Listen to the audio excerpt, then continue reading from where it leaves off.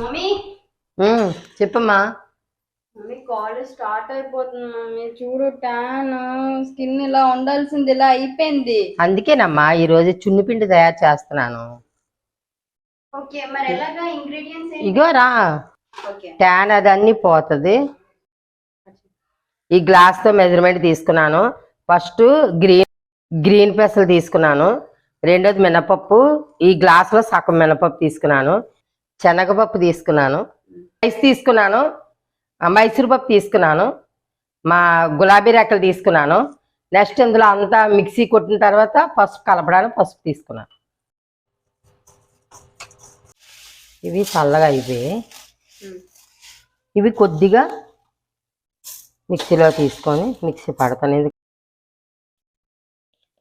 ఇప్పుడు మీకు చూపిస్తున్నాను. కొద్దిగా కలుపుతున్నాను. కొద్దిగా పసుపు కొండి. పెరుగు అయితే పెరుగు, పాలు అయితే పాలు, కానీ పెరుగు అయితే బాగుంటుంది.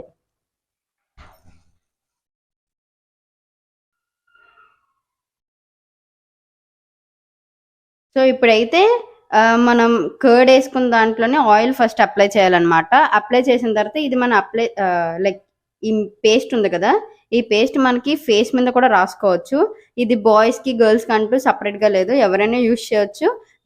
బికాజ్ మనం కర్డ్ అవన్నీ వేసాం కాబట్టి మనకి ట్యాన్ అనేది లైక్ మీరు ఒక 2 వీక్ కి 2 టైమ్స్ యూజ్ చేసుకున్నా చాలు. ఎక్కువ యూజ్ చేశారనుకో మీ స్కిన్ ఏమవుతుంది అంటే డ్రై అయిపోయి బ్రేక్ డౌన్స్ అయిపోతాయి.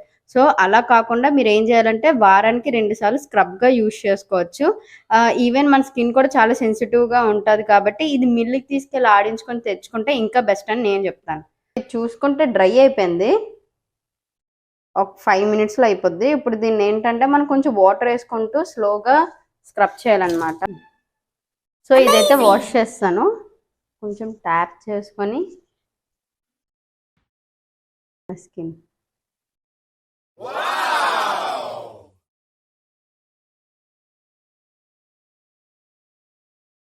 ఇది అయిపోయిన తర్వాత కొంచెం మాయిశ్చరైజర్ అప్లై చేయండి. ఈవెన్ ఫేస్కైనా లేకపోతే హ్యాండ్స్కైనా మాయిశ్చరైజర్ అప్లై చేసుకుంటే తర్వాత ఇంకా స్మూత్గా ఉంటుంది. Okay, bye bye.